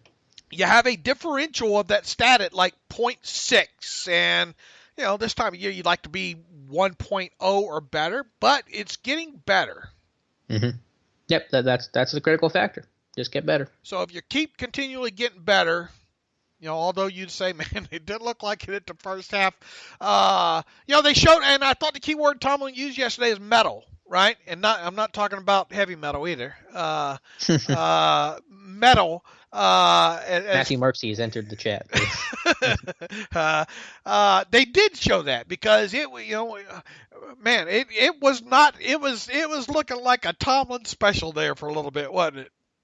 Yeah. Did you see the stat I had on the last time this team came back from being down 14 points at the end of the first quarter? About the time you were born, wasn't it? At the time I was born, 1997. Against the Baltimore Ravens, they came back and won. That was Cordell Stewart had like a 70-some-yard touchdown run to close out that one. So it had been a long time since they had come back from a deficit like that. And granted, it's Miami, and everyone's going to say, well, it's the Dolphins, and that's what the Dolphins do. They're tanking. Pittsburgh's not. But still, you're going to have resolve as a unit to come together and lean in. And like Tomlin said, smile in the face of adversity, and that's what this team did. And they're grinning ear to ear today. What year were you born? 93. Oh, okay. I was 4. Yeah, I'm a little older than you give me credit for. All right. Time has gotten away from me there a little bit. All right, where to, Brother Alex? Real quick with a specialist, Chris Boswell unfortunately misses his first field goal of the year, but hard to hold that against him 54 yards out. He was kind of hooking everything to the right, and just that one just was a little far to the right. Jordan Berry continues to punt well. Some of the kickoff decisions were weird. I don't like them giving Jakeem Grant that many chances to field kicks, but maybe there was a wind or some sort of game plan factor that I'm not aware of. But special teams, I thought, did fine overall. I didn't like the decision to put Boswell out there for that field goal. I didn't either. I understand he's been perfect this year, blah, blah, blah. But, look, that would that have been a record for Heinz? What's the record for Heinz Field? 53 or 54, ain't it? Or is it a little bit lower? 53 was rattling in my mind. I don't know for sure, but it's right around there's the record. Why do you want to mess with the man's psyche?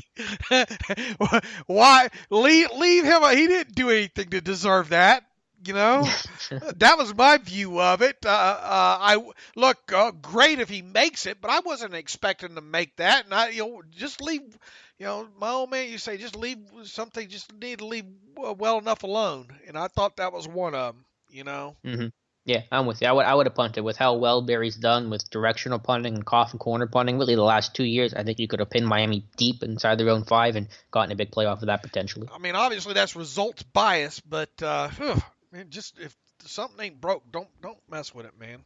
Yeah, but to his credit, I mean, he was coming into Monday. There were only 2 kickers in the NFL that were perfect. Now it's just Justin Tucker. But for Boswell to be in that conversation, I mean, hats off to him for turning his season around. And then he made the next one too, so at least he got to end the game with a late field goal. I was glad to see him make the next one. But once again, don't stop. Don't mess with it.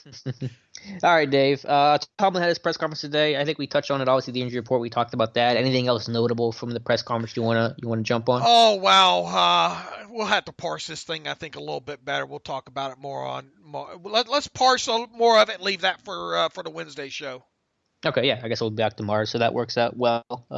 Cool with me. All right. You want to talk about our friends at MyBookie? I do want to talk about some of the trade rumors swirling. I don't know if you're keeping up with it right now on Twitter, but let's talk about our friends at MyBookie first, and then we'll talk about some trade stuff. I thought Pittsburgh's going to be active, but just NFL chaos, and then we'll get to some read emails to close out the show.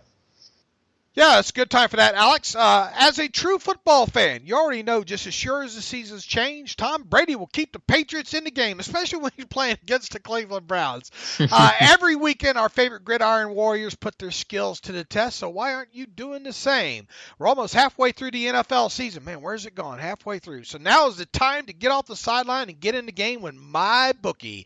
MyBookie is the premier place to bet on all your favorite pro college football action every weekend. They always have the most up-to-date lines and the most prop bets of any sports book on the planet. So, if you're going to bet this season, do the smart thing and bet with the best at MyBookie. If you're the kind of guy or girl who likes to bet a little and win a lot, try one of their parlays. Pick your locks for the week, put them together in one parlay bet, and when they all come through, the rewards will be huge. Tired of watching the games from the couch with nothing to gain? MyBookie wants to get your mind off everything else and back on the game. Best part is, if you join right now, MyBookie will double. That's right, they will double your first deposit. That's right, if you put in $1,000, they'll give you $1,000 to play with. That's double your initial deposit you can use on all your favorite picks. Use promo code TERRIBLE. That's terrible to activate the offer. That's promo code TERRIBLE to double your cash today. Visit mybookie.ag today. You play, you win, you get paid. All right, Dave, I do want to get to reader emails here in a moment, but I know this will be outdated by the time people listen to it because we'll be well past the trade deadline, but it is going crazy on Twitter right now. Le'Veon Bell unlikely to be traded. Again, this stuff could all be outdated by the time you're listening. Jamal Adams sounds like he's going to go to Dallas. What other trades are even happening right now? It just sounds like it's going to be insanity for the next hour until the trade deadline. Yeah, didn't the Cowboys just get Michael Bennett from the Patriots a few days ago as well? Mm-hmm. Yeah, a couple of days ago. And trying to see what else is out there. Who else we saw moved here?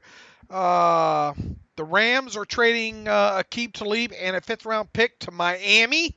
I don't know what Miami's doing. They put Xavier Howard on IR. They're basically almost just stashing him. I don't know what they're doing with Talib, but Kenyon Drake goes to Arizona. That was the other day. Yeah, we'll see. But Jamal Adams might be the big name traded the last second at the deadline. The Jets are just a mess right now. And Washington too, not wanting to trade Trent Williams. Mike Tomlin is not going to Washington. Not if he has any say in it. And Mike Tomlin was asked about the possible trade deadline. What do you think about some of these questions that man's asked? People don't learn. Well, I mean, I think he just standard fine. But the question about why didn't you bench Rudolph, that one just, did you watch the rest of the game? Did you see what happened the second quarter on? Like, what kind of question was that? Yeah, I think it's easy to pick out who that beat reporter is, too. Should we name names or no? Nah, be nice. Be nice. I just, you have, you only have a finite time to talk to Tomlin, about 20 minutes each week. Why not use that on a question where you're going to get an answer of some sort, as opposed to Tomlin literally saying next and just dismissing it entirely, which he should. How would you answer that? And then, he's asked about the trade deadline. He said, I'm focused on Indianapolis Colts tape. In other words, there probably ain't going to be anything happening as a Captain Obvious thing. At least you would think most would know by now that, it's unlikely they're going to make a move. They'll save all this stuff for the other teams here. Looks like the Dolphins cut Nickel Larry. Did they? He's the guy that dropped the pass to let them make his pick, so tough for him. He was Jack Nicklaus's grandson. I say that just because every broadcast I ever watched has to point that out. So keep that in step. I wonder if the Steelers look. I mean, Nick O'Leary's always kind of that bottom rung of the tight end food chain there. You know. Are you suggesting something? No, I mean, who would you rather have, him or Gentry? I'll keep Gentry. I'll develop Jack Gentry. Speaking of the look, we got a few at least maybe minor surprises on the inactive list, right? I mean, Bugs over Walton. I mean, that wasn't huge, but I was expecting it to go Walton over Bugs, and they dressed Dante they dressed 6 wide receivers in Dante Moncrief. Yeah, we'll see what happens when they get back. Well, I don't know if they'll be fully healthy with all the injuries they just are dealing with now, but the deadline for Moncrief's still coming up. You still got to think he's going to get cut before the deadline, right? The Week 10 deadline. You would think, but we're getting there. Yeah, well, I still expected this team to take as long as possible and would wait till the 11th hour to cut Moncrief. I still don't think it would happen until they absolutely have to, just in case some injury pops up or some sort of circumstances change dramatically. What do you think about the officiating last night? I mean, it's almost every game now. I mean, there's something, but man, the whole Fitzpatrick on 4th down thing. Hey, Mike Tomlin won a challenge yesterday. You're right. I'm sorry. That's pretty big news. It is. Yeah, it was the first time since the playoff game against Miami, wasn't it? Was that Cincinnati? It's been a long time. I'm trying to remember which game he won a challenge on. It was either Cincinnati or Miami, or maybe both. But yeah, it had been, I think, his last 11 he had lost. And that one I didn't think they were going to win, just because it's always hard to overturn the ball being spotted kind of thing. But yeah, kudos for him. In terms of how the refs call it, I don't know. I mean, I don't think they know what pass interference is, because the way the league has tried to come down and explain this rule, it creates chaos, too much uncertainty, and slows the game down far too much, both with that and the hour that it took for them to actually reverse the call on that 4th down challenge Tomlin had. So it's just the pace of play is just a mess right now. I need freaking laser beams. Yeah, I don't know how to really correct it the best way possible, but it's a problem, and I think obviously they're going to have to either just can the pass interference rule or make some dramatic changes to it. I'd be in favor of either. I'd probably be in favor of just getting rid of it entirely. But Cincinnati Bengals are benching Andy Dalton. They're going to start Finley out of the bye, so that's some AFC North news for you. All right, and the Ravens get the Patriots this week. The Bengals, I don't know, can the Bengals beat the bye? And what else we had? The Brown who the Browns play this week? Denver, the Joe Flacco-less Broncos. The Browns get. Are you ready to go to the email machine? Yeah, real quick, though, I was going to say, you think Freddie Kitchens is going to last the season? I know Browns fans are calling for him to be fired over there. I mean, come on. Look, they're not in first place. I didn't expect them to be in first place, quite honest with you. I didn't think they deserved the offseason trophy, what have you. But, throw this guy out already. Come on. Well, I agree, but Steve Wilkes got fired last year after just 1 year. And, I mean, he is definitely a guy that's in over his head right now. Did you see some of the decisions he made against the Patriots? Not all of them. The 4th and 11 punt to intentional false start, then go forward on 4th and 16, and then predictably fail. I mean, that is brutal. I did see that. What else were you referring to in that game? Well, I mean, just how the game started in general. Baker's not helping them out, and Nick Chubb fumbling twice doesn't help. Right. I don't know what Baker. Who would you rather have right now? Honestly, Baker Mayfield or Mason Rudolph? Yeah, I'd still go Baker, but I know it's been ugly. Yeah, I thought the Browns would be much better than what they are. It hasn't been great for Baker. And look, once again, you don't. He's at that crucial stage, though, right? I mean, he's got almost a full season worth of starts underneath him now. Talking about Baker. Mm-hmm. I mean, yep. we should start seeing something here fairly soon. They always talk about that second year in young quarterbacks and all. Those quarterbacks that came out of shoot kind of hot. Let's see how they do in the second year. It was not so hot for them right now. Don't they have a worse record than they did this same time last year? Talking about the Browns? I believe so. I'd have to check it, but I believe that you're correct. So where's no wonder they're calling. I love watching that franchise suffer. I mean, I know I should be rooting for them to get back to have some level of being competitive and all, but man, I love those fans being tortured in Cleveland. Dave, come on. All right, let's get this in Rudy emails here. All right, let's get to them. Hey, fellas, this is from Todd Jitzler. Hey, fellas, great show as always. There's a lot of talk about Pittsburgh working their way back into the playoff fold after another dominating win. Their opponents have been polar opposites. The teams that beat them are tops in the NFL, and outside of the Patriot game, the Steelers have been in every game. Conversely, the teams that the Steelers have beat have a combined record of 3-20, so they really haven't beaten anybody who is good. The true test for this team will start in the next few games. We'll have more of an idea as to what kind of team the Steelers really are. Well, I mean, are we going to keep saying, well, this next game we're going to find out who they really are? The margin of error right now, Todd, that this team has is not good, right? I mean, Alex. Right, but I agree. I mean, the Colts are going to be a really good litmus test. The Rams are going to be a really good litmus test, and it's going to help define and shape your season. So, yeah, I mean, 7 weeks into it, I have a pretty good feel. This defense is legit. They're creating big plays. The offense is very much a work in progress. I mean, I think those things will be consistent throughout the rest of the year. But, yeah, they're going to play some really good teams these next 2 weeks that aren't the best in football nor the worst in football, and that might give you a good gauge of where the Steelers team is at. As we said, these next few games, I mean, you got the Colts at home, you got the Rams at home. Win these next two, and then let's talk. But as I mentioned earlier in the show, with this taking into the account the start this team had, yada yada, I like where they're at right now. So let's see if they can keep it up. Agreed. Let's go to the email box again. This one's from Greg Jones, quarterback trade values. Morning, fellas. Hope you would weigh in on the potential trade value of Rudolph and Duck. How much does each win add to that prospective trade value? Keep up the great work. I'm not sure why Greg's asking this. Rudolph.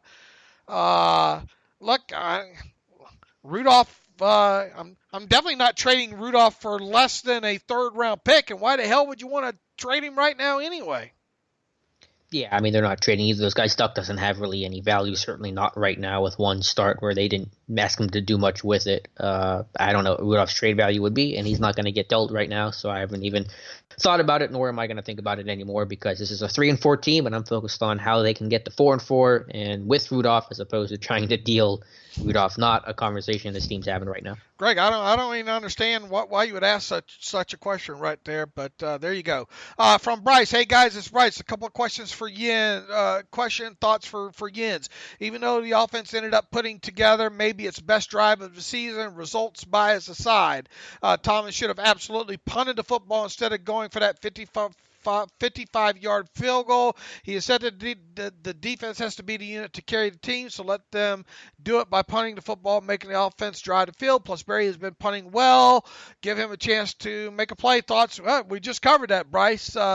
We agree. I didn't like the decision to let Boswell try that for several reasons, and I think Alex hit on the fact that Barry had been punting pretty decent as well too, and make that offense drive the long field there. So not a fan of that. Number 2, Mason showed a lot of heart, toughness, and grit last night with that performance. That to me was the best overall performance of the year. I was impressed with his mental toughness. Yeah, I think if you divide that thing up, like we said at the start of the show, if you look at the positive things that came out of that instead of going by a play-by-play situation with him, I came out of that game feeling very good about Rudolph's play, even though I know several will look at the totality of it and say, man, you're crazy, man. But that's where I am, and I think Alex kind of agrees with me on that as well, too. Number 3, will Dante Moncrief be on this team when they play the Colts? Yes. He's not. If he gets cut, which I still expect and believe that he should get cut, it'll be the day of the deadline. I'm not sure what the exact day is. Is that after Week 10 or right before Week 10? The Saturday before Week 10? Is that the deadline? Or I forget. Is it 10 or 11? Yeah. Whatever the deadline is, he'll be cut. if he gets cut, and I think he will be, the day of or the day before. Jaden Priest writes in, how do you think B.J. Finney did coming in for Foster? Do you guys think there's a real possibility of letting Foster go and letting him assume that role next year, or am I blowing smoke? Here's the thing, Jaden. I did not focus in a lot on B.J. Finney after he came in the game.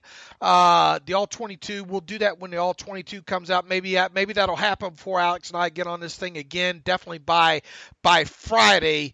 There we'll let you know on that. But generally Finney, when he's come in and played left guard, it's been his best position so far. So I'm expecting that to be the case when I look at the tape on him.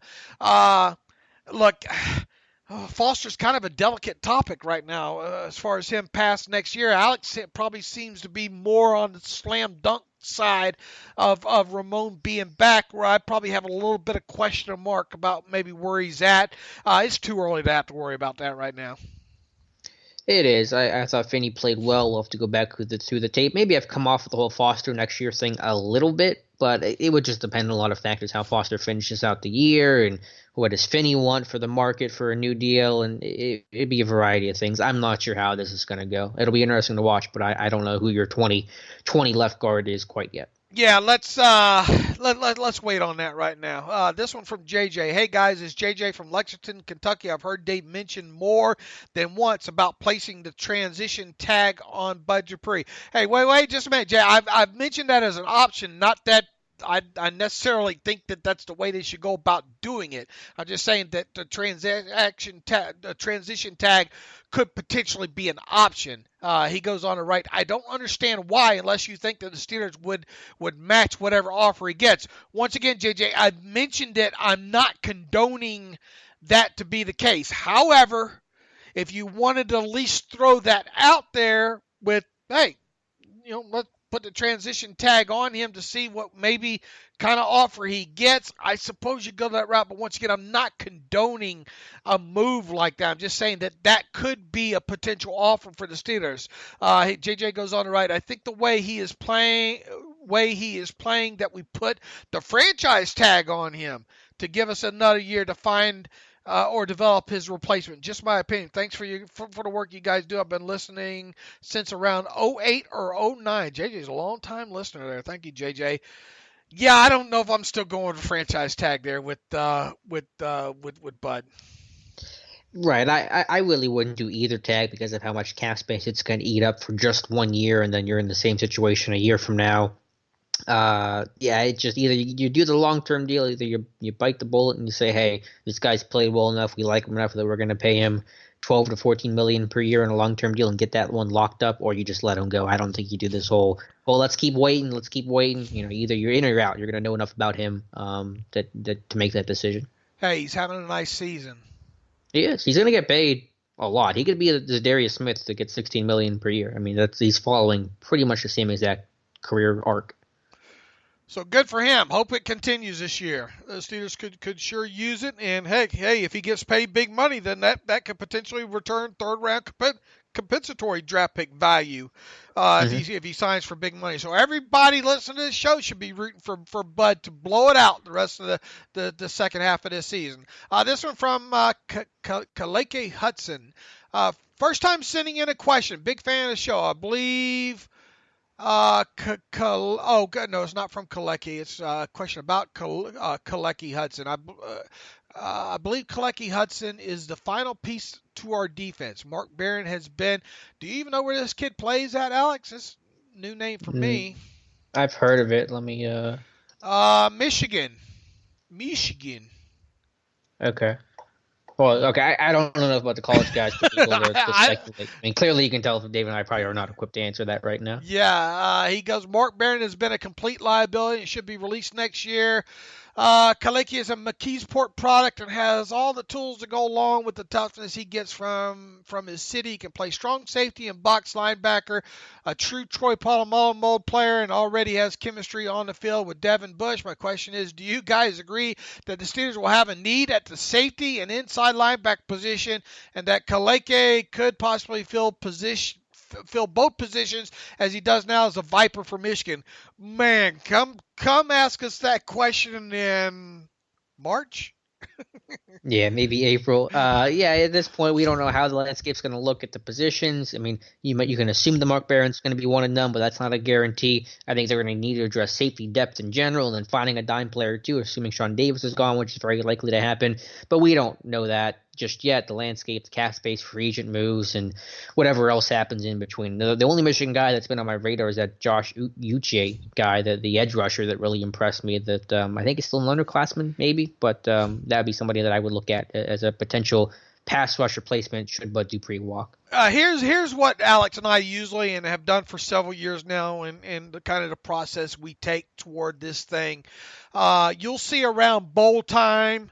We'll have Daniel and probably Nick and maybe even Tom do quite a few pre-bowl game players to watch thing, and usually that's my initial introduction into getting more familiar with this draft class. And then obviously I don't get caught up. I really don't start breaking a lot of good ground until the Senior Bowl. And then like the next 3 weeks is really where my crash course comes on learning. And then of course we really start getting deep down into the into the tape and on. I assume Alex is about the same time frame as I am here.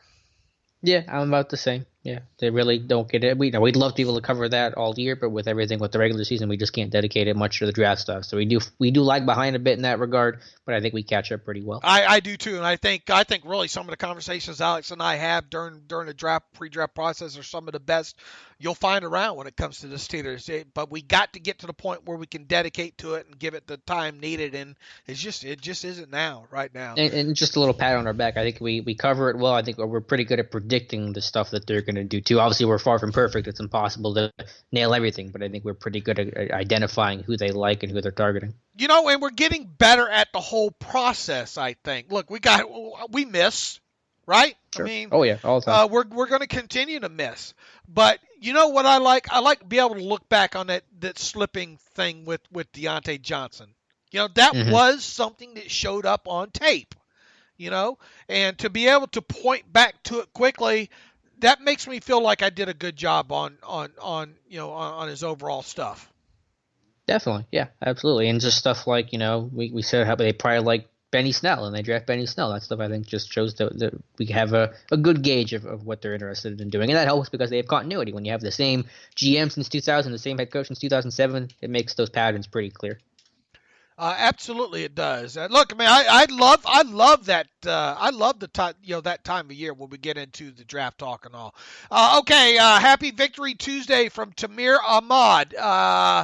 To the two of you. It was a great showing of resiliency by the team. Regardless if it was Miami, the team took the necessary steps to get back in it.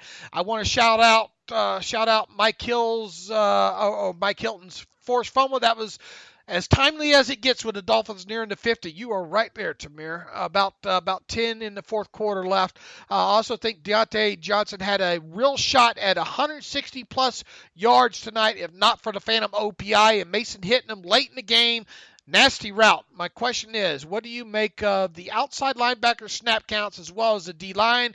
Game circumstances play a big role, but seem to be a little to no variability beyond maybe Ola or Bugs getting damn near 4 snaps. Much love to the Depot team, Tamir. Tamir, I think we covered that. It just so happens that Alex and I hit on those snap counts as well too. So good eye by you. And yeah, that Mike Hilton play was timely and really something that probably is going to get overlooked in that game.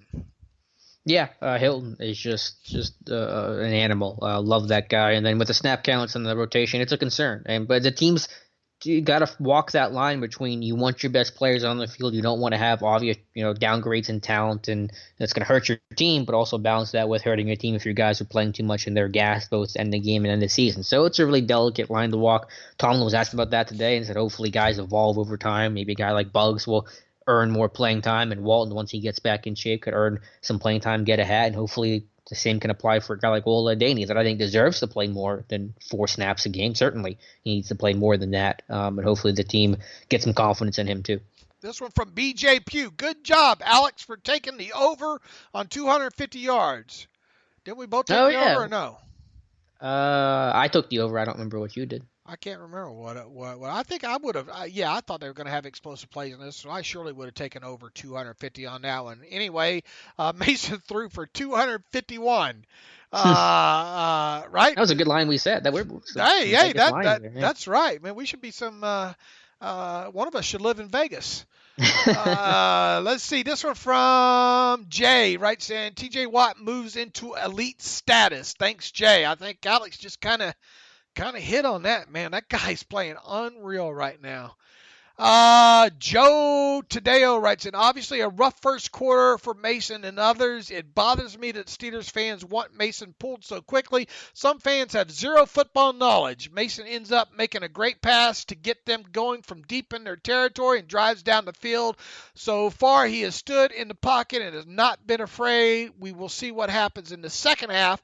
But I need to know if I'm nuts or are these so-called Steeler fans nuts? Pull a guy after one bad quarter, question mark. Keep up the good work and play. Joe, I think you know what side of the fence you belong on right there. Good on you. I know my timeline was full of people wanting Duck put in that game, and I'm glad they didn't go that route, as I pointed out on Twitter as well too. Pod question for the offense from Matt. Where's that second half version of Mason Rudolph been? My question is what up the difference for the second half? Was it Mason simply getting more comfortable, or were the receivers getting noticeably more open? I think it was a combination of a lot of things. I think the receivers made some plays. I think Mason settled down. Even though, look, you're not, like I said, I'm not going to be surprised if a site like Pro Football Focus has, maybe one of the worst grades of the quarterbacks this week, but he showed a lot of mettle in there, especially from that on that third down and long play deep in his own end zone that Alex and I talked about. He didn't do anything that I didn't feel to lose the game from that point forward. I agree. I mean, anytime you go from as bad as the offense looked in the first quarter to them looking much better in the second, and from then on, I should say, it's not just one element. It's receivers, it's play calling, it's Rudolph playing better. But I just thought Rudolph shaking off some of the rust, getting a positive play, getting some confidence, and then getting on the right track. So I think it was just him shaking off that rust from the time missed and being a young guy, and that just being a obstacle to overcome. And once he did that, he was good. So expect him to play well next week. Contextualize this and move on. And kind of as Alex and I pointed earlier in the show, this is kind of a draw the line in the sand moment with him. So I'm interested to see what happens in the next couple of weeks with Mason Rudolph here. Yeah, they're going to be critical because you got to win at least one of these next two. Obviously, you want to win both, but certainly at least one of them, and it starts with the Colts. So it'll be a good test. I mean, yeah, I know you said earlier the Colts aren't a great defensive team in terms of the talent, but I think they're well schemed, well coached. They play a lot of man coverage. They're going to double and take away Juju. I did some film study on them before Monday's game, so they're going to be a tough team, no doubt about it. Nate Contra writes in, hi, Dave and Alex. Would you mind going over what makes a player practice squad eligible and how many teams go about snatching players from other teams' practice squads? I've never heard of these two things before listening to your podcast. Thank you, as always. Look, there's a certain amount of active accrued years and games played and all that go into practice squad eligibility. I'm not going to get too deep into that, but a quick search of Google will let you know what makes a guy practice squad eligible. Then also, the teams can now have a couple of players that are exceptions to that rule. Right. Or exceptions to that rule as well too. That just came into place. Here's the big thing to be concerned about when it comes to practice squads.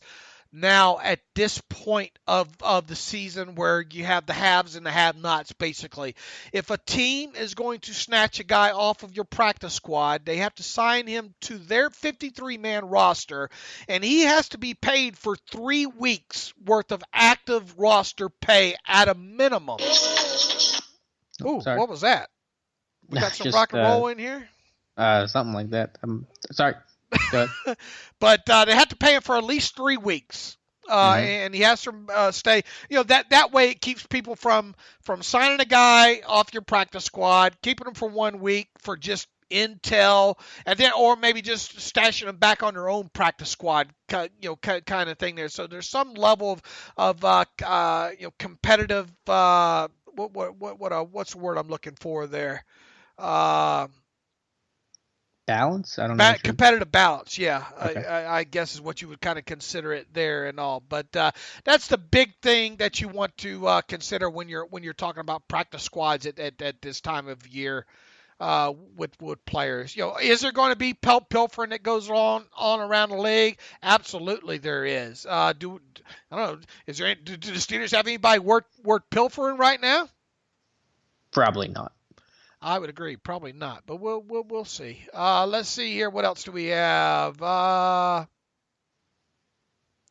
Zach Stevens, passing yards versus adjusted net yards per attempt. Dave, I just want to thank you and Alex for offering the next level coverage of the Steelers. Love all the stats you guys offer up. While looking at Ben's career stats, notice something that only backs up what you guys say all the time. Ben's top 20 games in passing yards, the team has won 6. Ben's top 20 games in adjusted yards per attempt, team won 18 of those 20 games. P.S. Love the pop culture reference. Zach in Maryland. Zach, I haven't checked your work. I'll take your word for that. I haven't gone back through that. Levi Garcia writes in, curious adjusted net. Love you guys, but man, work on some Twitter replies too. Can you give us the adjusted net yards since Fitzpatrick has been in the backfield? Also, what is it since Barron has been injured? Oh, what did I say since the Patriots game? It was like 4 point something since the Patriots game. The adjusted net yards per pass attempt. So I'm sure it's lower than it. Levi, it's good. I know that's not an exact answer. I'll have to kind of figure that stuff up. And what has it been since Barrett has been injured? Look, Barron really only missed one game? I think so. Yeah. So it's probably similar to the overall numbers. Yeah. So I don't think the Barron end of it, but I think Alex already kind of made a point to point out that since what all the pass defense has done. Especially the explosive play category there since Fitzpatrick came over. All right, Alex, I think we powered through all these.